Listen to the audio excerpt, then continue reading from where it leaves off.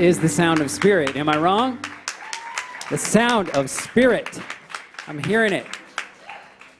What's up, y'all? Let's welcome the day, shall we?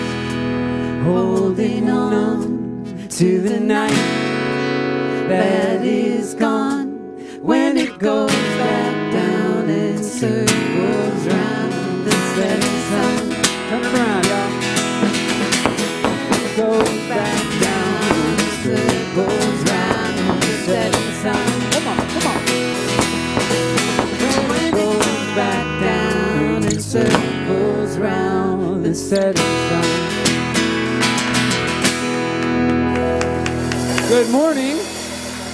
Woohoo! Keep it going. Let's give some love to TJ Moss, our guest artist today. So everybody, come on, stand on up.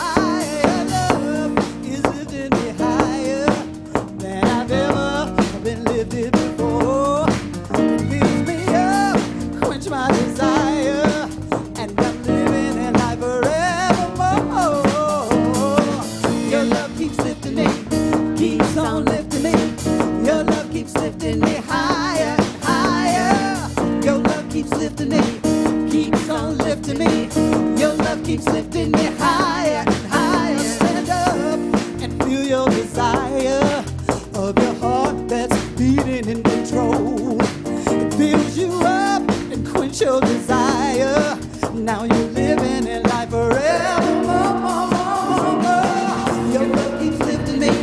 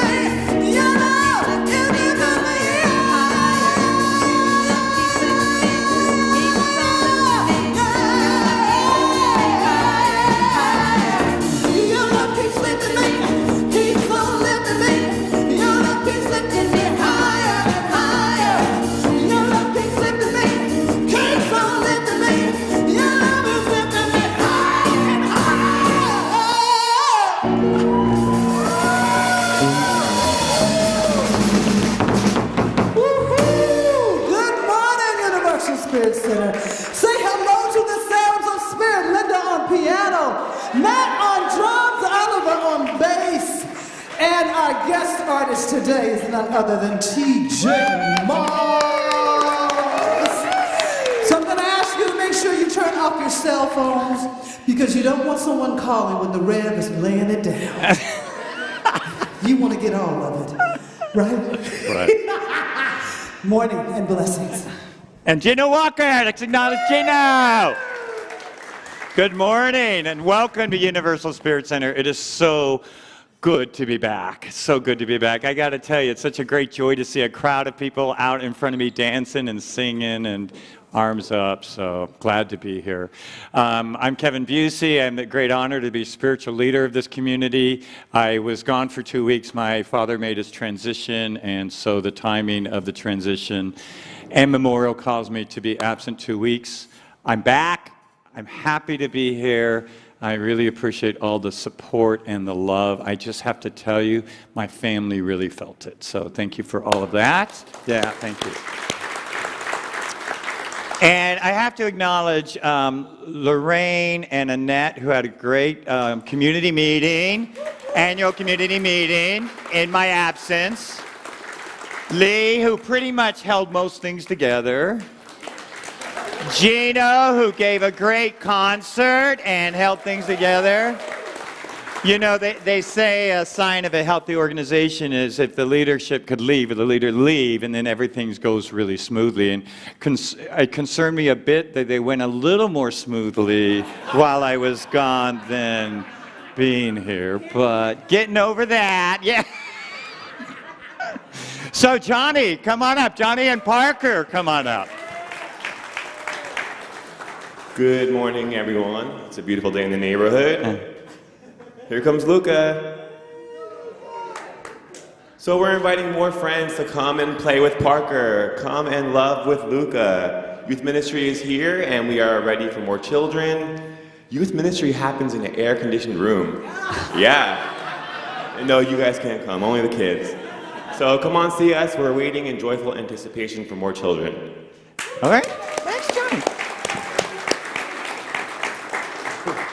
See you later. I love the haircut, the hairdo. I wish I could do that. I don't have the hair. So yeah, to Johnny's point, I stepped back in youth ministry. I'm like, it's so cool in here. Can we all fit in here? It's this little room.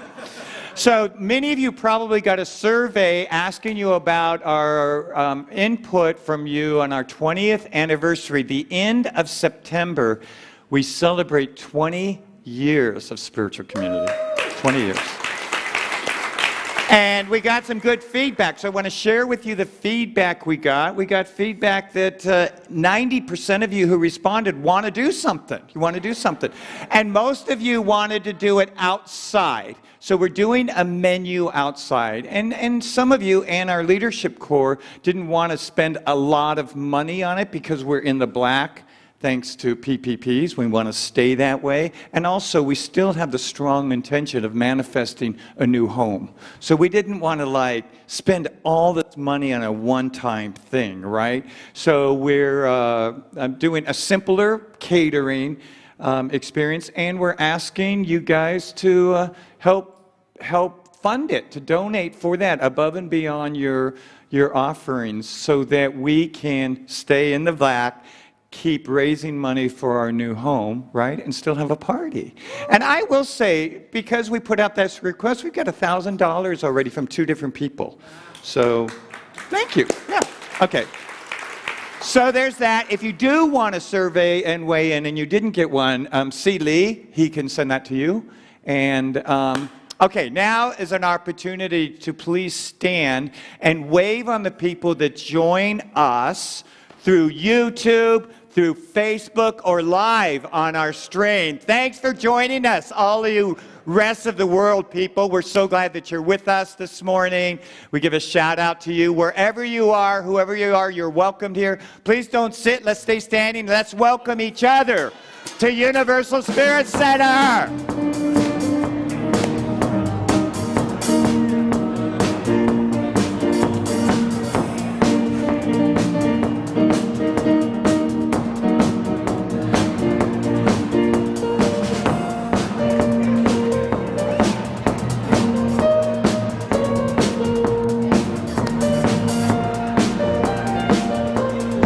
Does she do an announcement for her book? Oh, she can.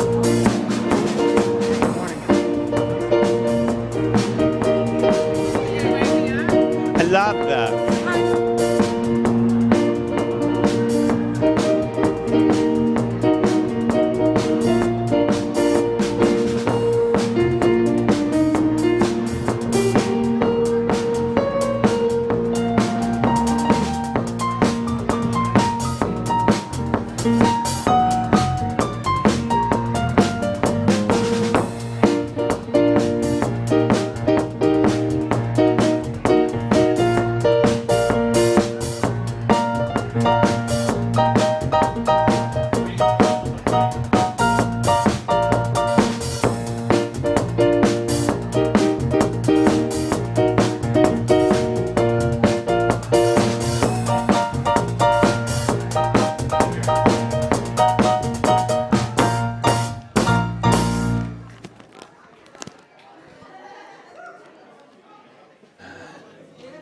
You guys look so beautiful.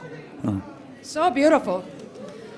Hello, my name is Carolyn, and I am here to say after 14 months, Paper Bag Ministry is back. Yeah. If you're new with us, one of our previous music directors, Dev Avani, started this program where we build paper bags for the homeless or the unsheltered, and we deliver them as we see them on the street or the street corner or whatever. A little bit of change, though, since COVID. I found a partnership with a group called PATH, that's called People Assisting the Homeless, and they are going to help us distribute our bags. So if you want to make a bag, but you don't want to deliver it, or you don't come in contact with people that are homeless, then you can leave your bag here, and I will be giving that to PATH so that they can distribute throughout San Diego County, including the Mission Valley Riverbed. So to build a bag, I'll show you how outside. It's a donation. You build your bag, take it with you, or leave it, and you will be helping someone who's on the streets. So thank you very much.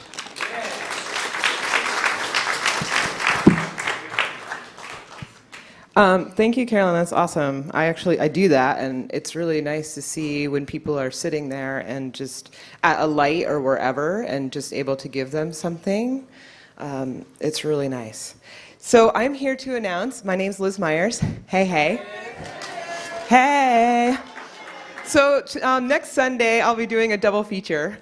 So I will be singing, and I will be signing. So many of you know I wrote a new book. It's called A Pocket Guide to Habit Change. So if there's a habit you want to change, something new and amazing you want to create, or something you just want to say, get out of here, I'm tired of you, then my book is for you. So I will be signing before service next week, and in between, I think, and after, and I'll be singing, and it's going to be great. So I hope to see you. Thank you. Thank you, Liz. I have the rest of the announcements. Hi, everybody. My name is Lee. I get to share just a little bit what's left.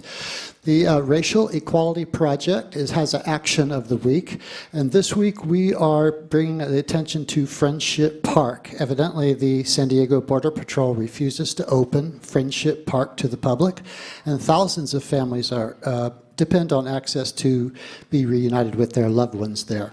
So there's a picnic planned on July 25th from 11:30 to 1:30. The directions and the RSVP that's required is on our website. So Racial Equality Project tab on www.universalspiritcenter.org. Kitchen Conversations is coming up Wednesday. There's a panel, Stories of Racism. So we want to like you to definitely tune in on whatever channel that you're watching us, and also in person right here in this room and participate in that panel as Gina Walker facilitates that. And Carolyn Floyd. Nice. Oh, all right. Celia, yeah. Celia and Carolyn, yes. What else do I have? That's it. That's all I have, because everybody been taking them from me. 6:30 Wednesday. I'm so excited to be here. And isn't there so much love in action in this community? Yes. Well, I've got another one. I'm excited to announce a revamping of the class on voluntary simplicity, this book. Per your feedback, we are going on Zoom. How simple is that, right? So we're going to have it on Zoom. And what is this voluntary simplicity or uncluttering everything? Not just uncluttering clutter, but uncluttering our souls, getting clear and focused on how we can be all that in the world. We're going to help each other. Not only is it a book discussion, but we're going to have some action steps and help each other on that. It starts 2 Tuesdays from now, a week and a half, the 27th at 6:30. And you can sign up online, and it is by a love offering. If you find value in that, you can give it. So come one, come all, and we'll discuss uncluttering everything, led by me, Sherry Ganand. Let's just take a breath. So much activity, and it comes from within.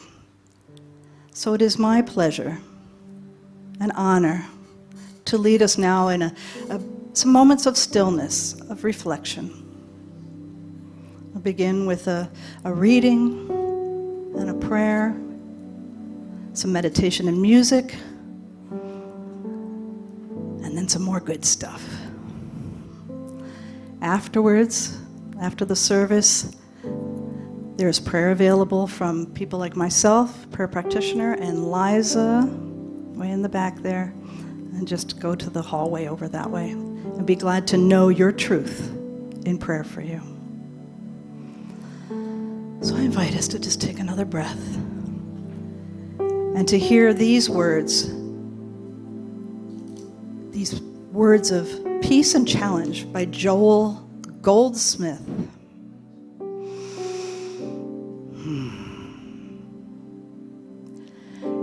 You need not battle. You need take no thought for what it is that you shall eat, or what you shall drink, or wherewithal you shall be clothed. God's grace clothes thee. Clothes thee. God's grace feeds thee. Be still.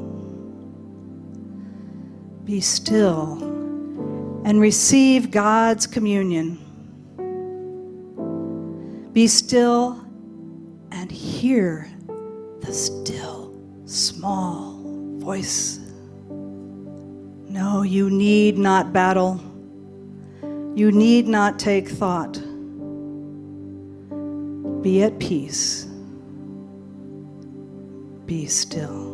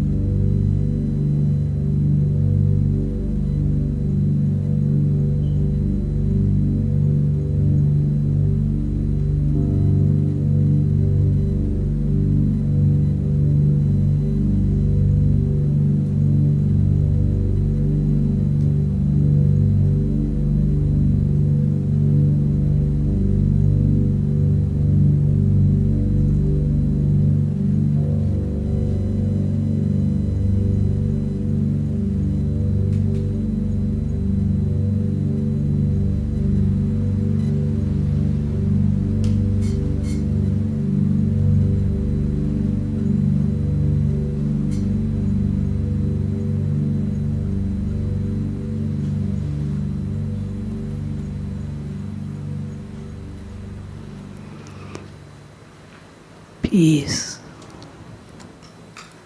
Peace. Peace. That peace that is all in and around us, coming from Spirit. That which is all and in all. That peace that is more powerful than all things, even in the seeming chaos of world and personal events. Peace. Peace. That peace is a power more mighty than all things, and it flows in and through each of us here to that which we allow it. Peace and power. I know that God is both love and law, the giving and the being and the doing. So we gather in this holy place today to be that peace, to bring that peace into our lives, into ourselves, to be that overflowing peace for the world, which so needs us, to be that power. I know a mighty blessing on this gathering as all that contribute their peace and power to it. All those who volunteer and do the setup and the music and the technical. To each of you, blessed beings here. I know that the peace and power of the Divine One flows through the message of Reverend Kevin that fills up our lives so that it can spill out. So I am grateful. And knowing this peace, this peace, this peace.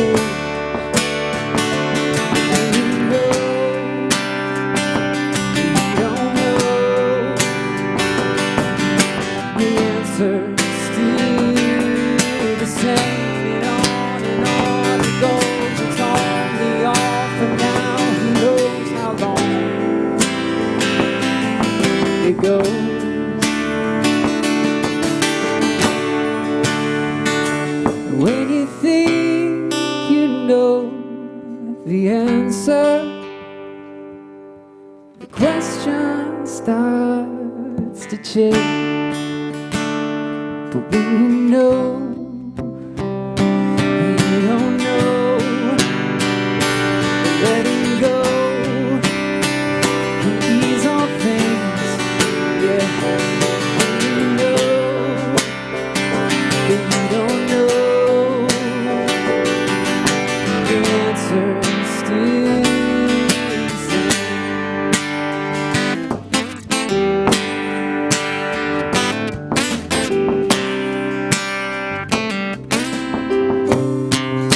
The answer's still the same.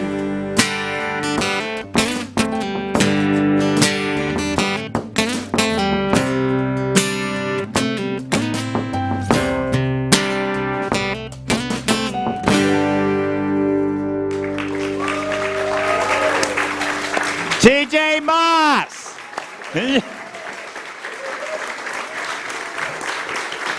TJ Moss. Thank you. And our house band, Sounds of Spirit.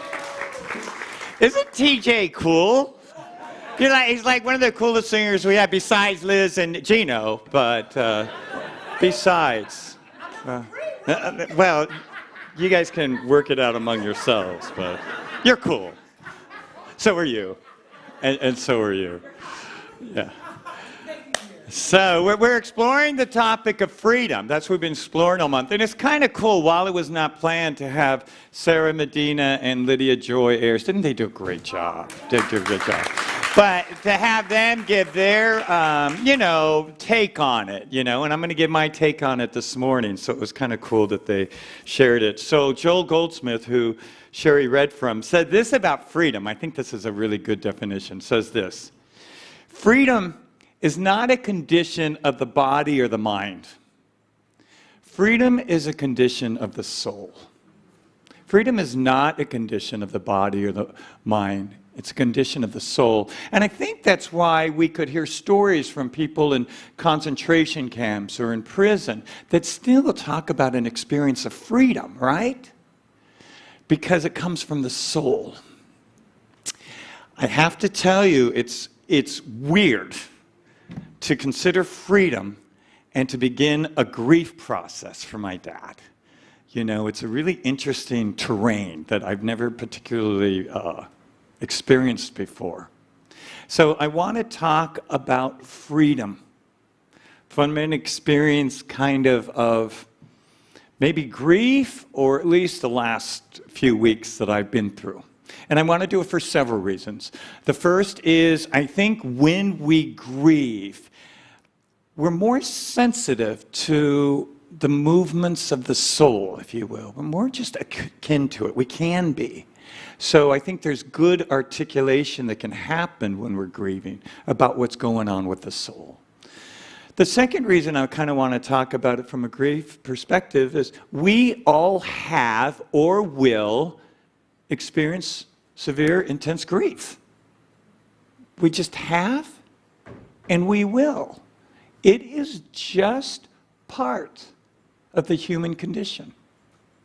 And I really am having a sense lately that we just don't talk about it enough, even though it's something that we all go through. And the third reason I want to talk it from this perspective is I'm going through it. It's my experience. And I know when I talk about what I'm going through, you guys always say to me, "Oh, you were talking to me right where I'm at." Well, that's because there's only one of us, right? It's only one of us. So there's that. So part of what I want to talk about, is how we break up those negative energetic patterns within us that keep us from our freedom. It could be an experience of unresolved grief. It could be anger. It could be a feeling that we're not enough or we don't measure up. It could be kind of reactive energy going on or victimhood, whatever it is. When we have these energetic patterns going on within us, they don't allow our soul to breathe and to open. So we don't feel freedom. We feel victimhood or reaction or anger or justification, right? All those other things. So, my dad died about 1 or 2.5 weeks ago. I don't know. He died recently. And one thing I was really aware of was I'd be starting a grief process. And I made a commitment to myself that I would be present and aware and awake during this grief process. That I'm not going to shut down around it for several reasons. I'm not going to shut around this grief process because I want to treat myself with love. And to be loving to myself is to be open to the grief. I want to open to the grief because it's going to teach me something. It's teaching me something, and I want to hear those lessons. As I open to the grief and move through it, I'm going to be a better partner, a better father. I'm going to be a better minister, a better friend. So early on, I made a commitment to stay open to the process. So one of these things that awareness showed me was this. So my dad started going downhill, started to have challenges with his health last October. It was minor, but it kind of progressed. So I spent a lot of time since October going up to Northern California, just outside Sacramento, to visit him, to be with his wife, to be with family, right? And then he died June 29th. And then there was all the, family coming in, the planning the services, the gatherings, there was all that, the settling his affair, what to do with his things. So I was pretty busy, and a lot of you might be able to relate to this if you have someone close to you, just pretty busy during those times. It's just shuttling people to and from the airport, taking calls, all those things. It was pretty busy. And my mom died about 22 years ago, and I had the same experience when my mom died. After the final reception at the church that we had, and everyone left, right? My sister and my partner Tim and I are driving to her house where we're staying, and suddenly, in that moment, everything's done. There's nothing else to be busy about. It's done. And that's can be an intense feeling. Because we're left, to whatever we may not have been present to. So one of the things I was aware of, we were driving literally from the place we had the reception to my sister's. And I started thinking about, the things I should have said in the eulogy, the things that maybe I shouldn't have said, what I said to this person, what I didn't say to that person. Maybe we should have done this different, that different. Should I have come up more when my dad would? My mind is just getting slammed with the critical voice. And I had I'll just say that in a minute, just getting slammed. How many of you have a critical voice? How many of you periodically get slammed by it? Okay, this was a slamming time.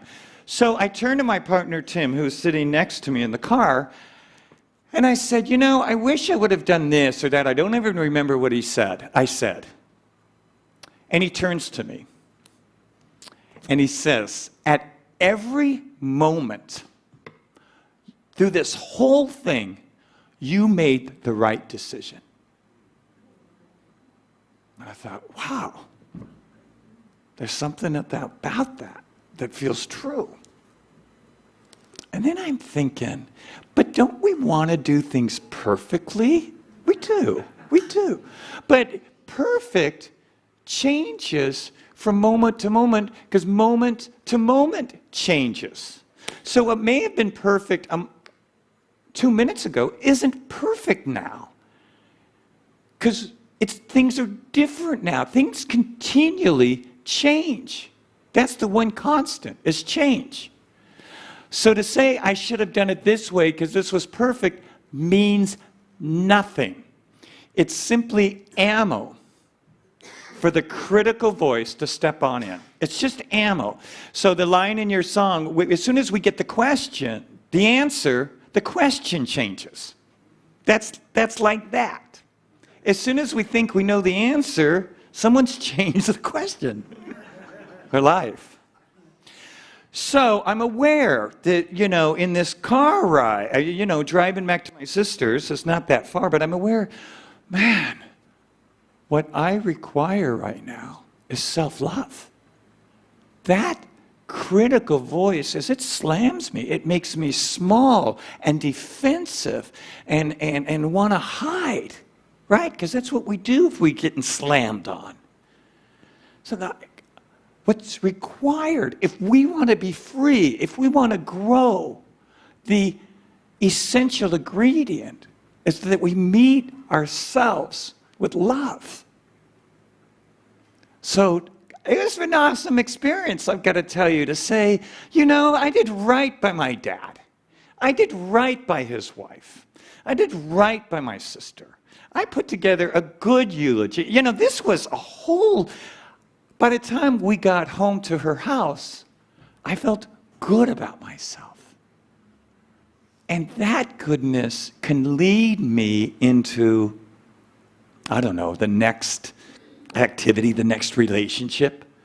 I'm not engaging from a place of shut down, defendedness, critical voice. I'm meeting someone in the experience of self-love.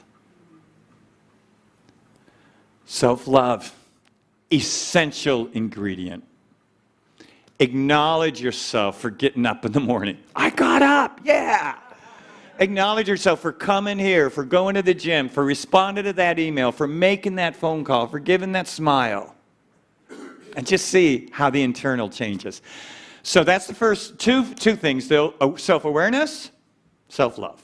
Okay. Third thing, I don't want to tell you what this is yet. I want to give you 2 examples of it from my dad's memorial. The first is this. My dad had a saying that he said all the time. I think the first 10 times it was funny, but then the 150th time. And it was this. You're going to be late for your own funeral. That was one of his favorite lines. You're going to be late for your own... Anytime he had a chance to say that, you're going to be late for your own funeral. Guess who was late for his own funeral? Guess. So, here's what happened. Tim and I get to the church early because I want to get there really early. I want to greet the hearse and do all those little details, be there to greet family and friends, So we get there early, and we get there and we pull up to the church, and I look and I say, there's no hearse yet. There's supposed to be a hearse here. We're supposed to meet him at, 8:45, so we're sitting there. We're waiting for folks. We're waiting for the hearse. 9 o'clock comes, family starts coming, folks start coming, but there's no hearse. And I'm like, am I saying that right? It sounds weird when I say it. Hearse. Car, station wagon car with body. So I'm looking up, I'm in the church, it's like some time's past, right? So I'm looking out the church window, and there is the station wagon with the body in it. Out there, and I'm like, okay, fine. So after the services, I'm talking to my stepsister, and she goes, they were late.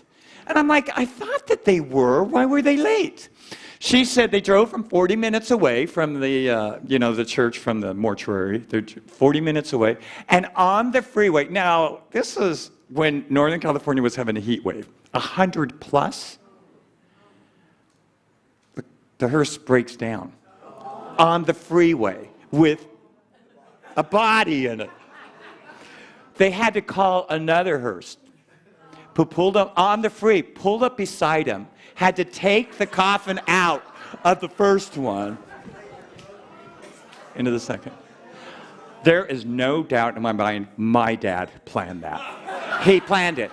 He's like, see, I just know he did. There is no doubt in my mind.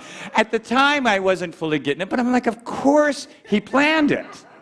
Second story, my dad had this thing, he had two long wardrobes of shirts. I don't know, he loved his shirts. Another saying of his, when I die, go get a shirt of mine.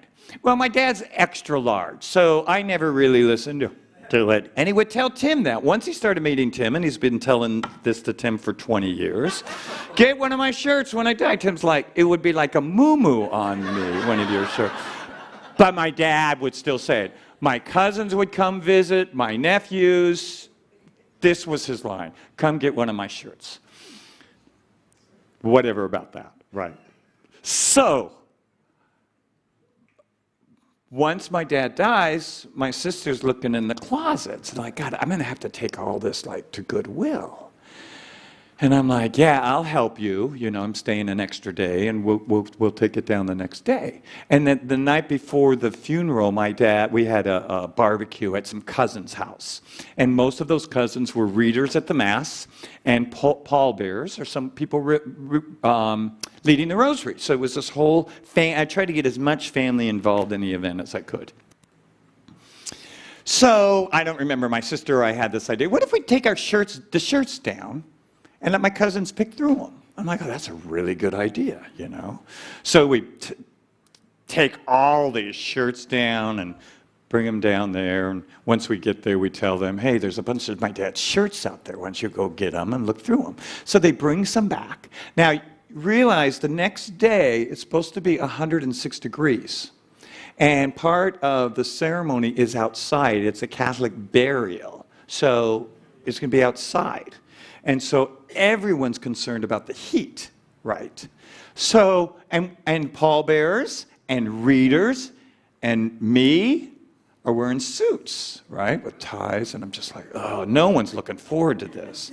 So one of my cousins pulls out an Hawaiian shirt, and he says, I'm wearing this tomorrow.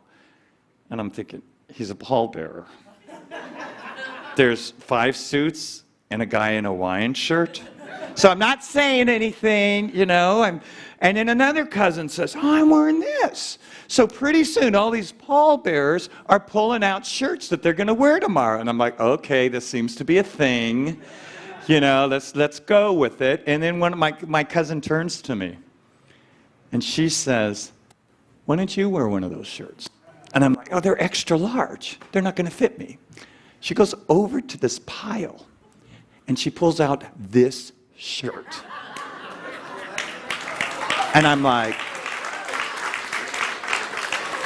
so all pallbearers, all readers, the guy leading the rosary, all family members and extended wore his shirts, right? So that's great. So then we decide we take the shirts to the burial afterwards. And then every guy who comes to the burial, and a couple women pulled out some too, gets a shirt. So what happened was there were hardly any shirts left. Everyone who came to the funeral, they got a shirt, and there is no doubt in my mind, my dad orchestrated that. So this proves my third point about freedom of the soul. It's to be aware of the synchronicity of life, that everything and everyone, every being is connected to each other. We live in a wholeness. Synchronicity is how it shows up.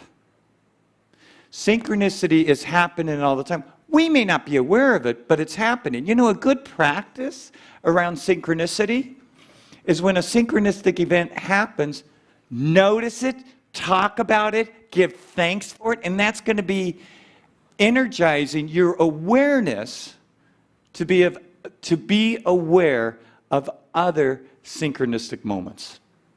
It's happening, it's all around. But that only points to the truth that everything is connected.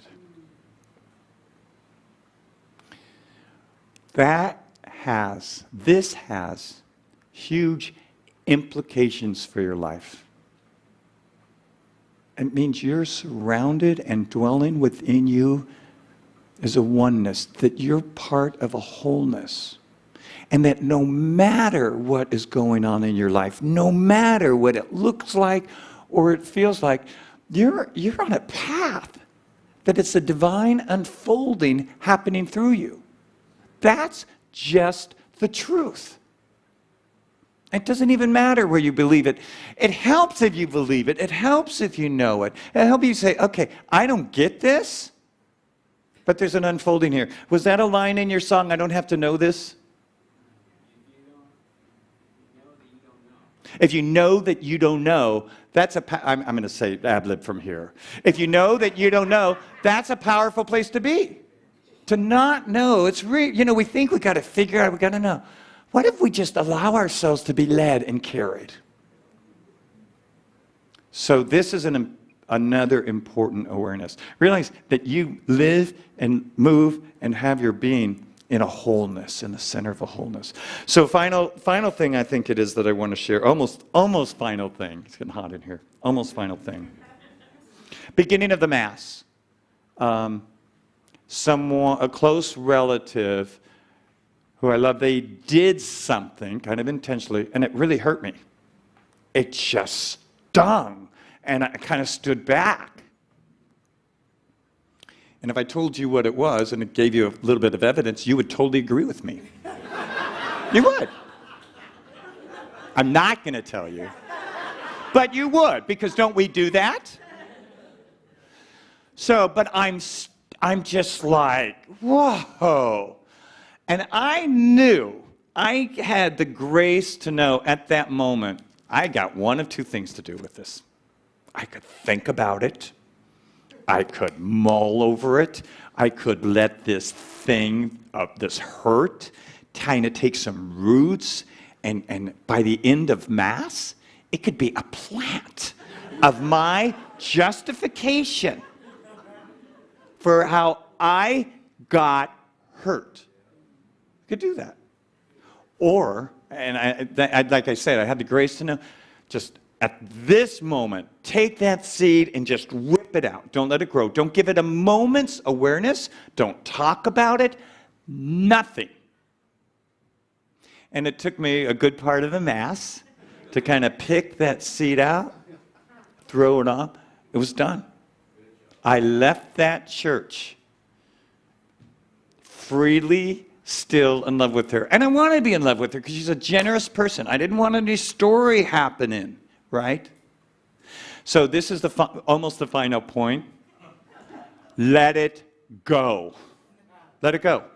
There's a great book by Michael Singer called The Surrender Experience. Phenomenal book. That whole thing in there is let it go. As soon as something happens, don't even give a second thought or breath to it. Let it go. Pull it out of there. Let go of everything except love.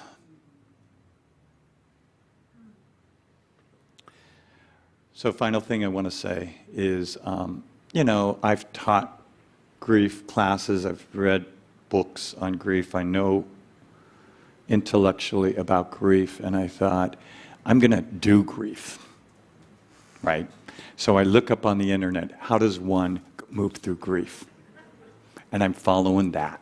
I'm coming as a student who doesn't know to be taught, right? And I started thinking about that. And I was thinking, you know what's really important? That we identify what feeds us, what nurtures us, and what is good for us. That we cultivate a deep relationship with those people, those things, those foods, those exercises, those websites that nurture us. So the first point is self-awareness. The second is self-love. The third is know you're a center. You're at the center of a unified field. Fourth is let it go. And the fifth, find what nurtures you. Okay, there's a quote here by Julian of Norwood, who I want to read. She lived in the 1300s. She's a mystic. She says, all shall be well, and all shall be well, and all matter of things shall be well. For there is a force of love that is unfolding through the universe. So I'm going to invite you to close your eyes.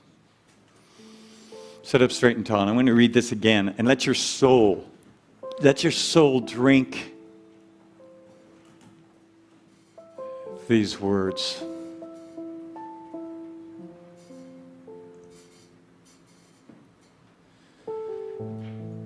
All shall be well, and all shall be well, and all matter of things shall be well.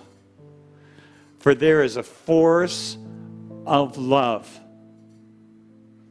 unfolding through the universe. So taking a sacred breath in now, we allow this force of love to move through us here this morning. We allow it to carry away any energetic patterns that do not serve our experience of freedom. We open to the divine to unleash itself through us. And we become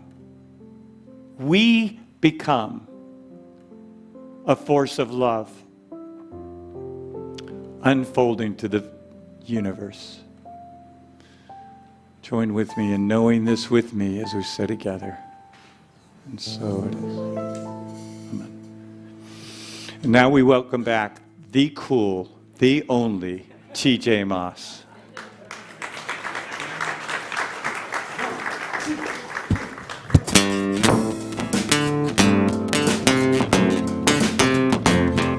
What's up, y'all? You're pretty cool too, Rev.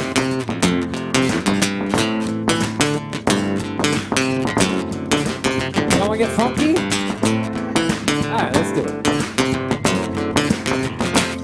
You've been down, real low. You've been searching for an answer, and you don't know which way to go. Listen to me, listen to the words I'm singing. It's time for you. You should know by now you're not alone. That the world's a crazy maze of hazy days and things that stay unknown. That the world keeps on spinning, so as long as you're still in it, it's time for you.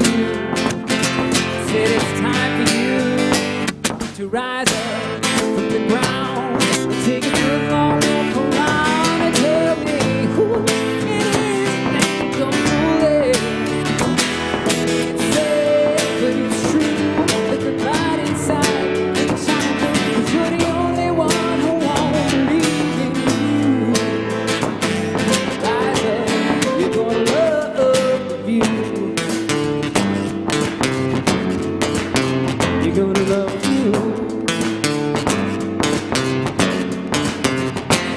So don't march you, don't drown. Start singing, celebrate a new song. Next thing that you know, we'll all be singing along together, yeah, yeah, to rise up from the ground, take a good long walk around and tell me who it is that you're fooling. It's sad, but it's true that the light inside ain't shining through, 'cause you're the only one who won't believe in you. Rise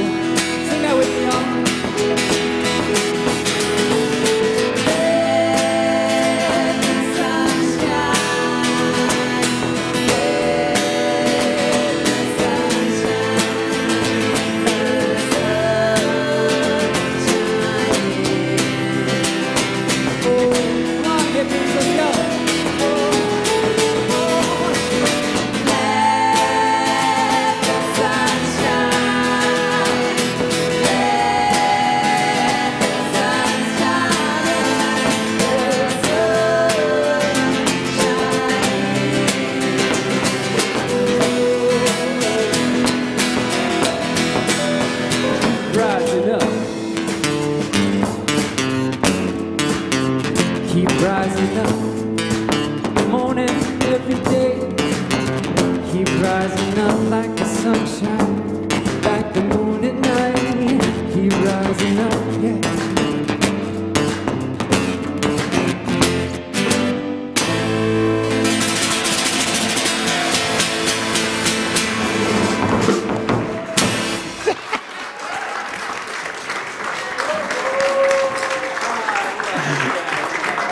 I told you, TJ. I told you. Now I have to follow that. My name is Bob Mosai. I'm here to talk about conscious giving. And I'm going to start off with a little joke because, like my dad, he always liked these little one-liner things. But anyway, so what kind of car did the disciples drive? What kind? A Honda. Rumor has it they were all in one accord. Dad. Yeah. So, years ago, when I first, I grew up in a Catholic house. My dad is Italian, my mom's Irish. And so, when I moved out here, they were very concerned that I wasn't going to Catholic church anymore. And I was kind of a little bit lost. Didn't know where to go. And I heard Lee talk about this wonderful place called Universal Spirit Center. And I thought, okay, I'll give this a try. And I came and I was served, and it was wonderful. And the day that I became a member, I remember calling my parents to let them know, drop this big bomb on them that I was not going to Catholic church anymore. And my dad said, "Hey, son," he said, "just tell me one thing. Are we talking to the same guy?" I should have said, "No, it's a woman." But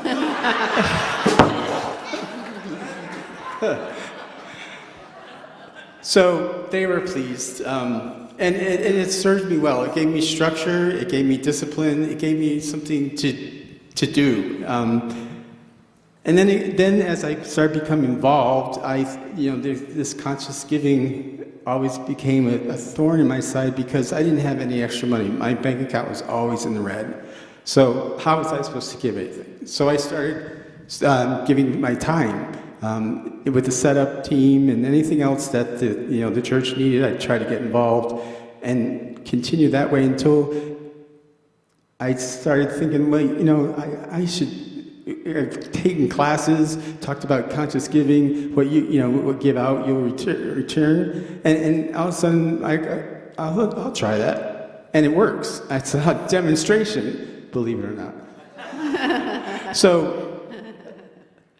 I'm here to let you know that if you can give of your time or your money, we'd appreciate it.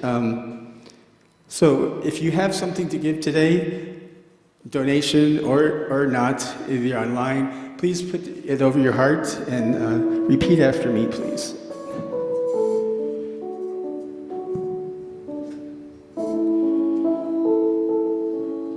I am at home in the heart of God. My life is anchored in truth. I live in the consciousness of abundance. I can never be separate from my source. I am living love. And join me in saying, so it is.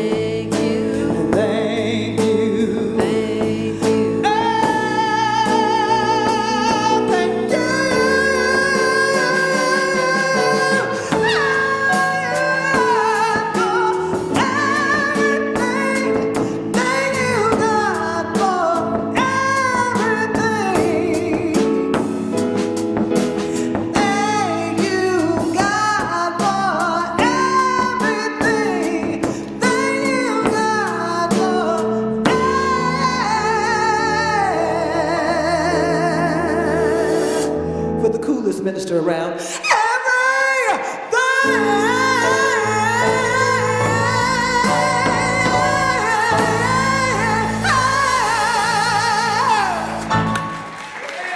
All right. So let's stand, and if you're comfortable, hold hands or interlock arms, or so we just take a deep breath. And let's just open right now. Open to the experience of the divine, that energy that dwells within and that surrounds us. Let's become a vessel, a container, a channel for that which is unconditional, loving, infinite, and all-knowing. So we let this energy rise up and move through us and into our lives. And let's just take this energy and send it out to all beings everywhere. A mighty blessing of love. And please know this with me as we say together. So it is.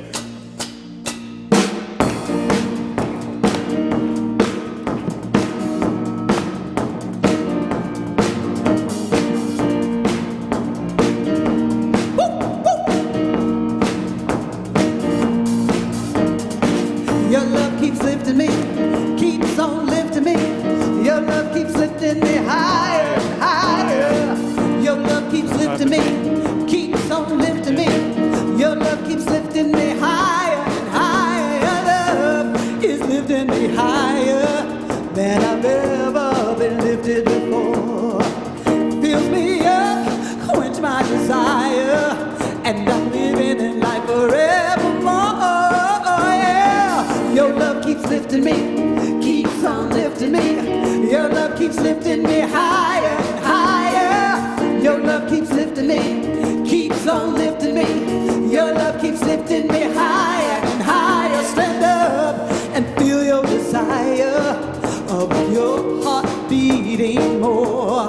It fills you up, quench your desire, and now you're living life forevermore. Your love keeps lifting me, keeps on lifting me. Your love is lifting me higher, higher. Your love is lifting me, keeps on lifting me. Your love is lifting me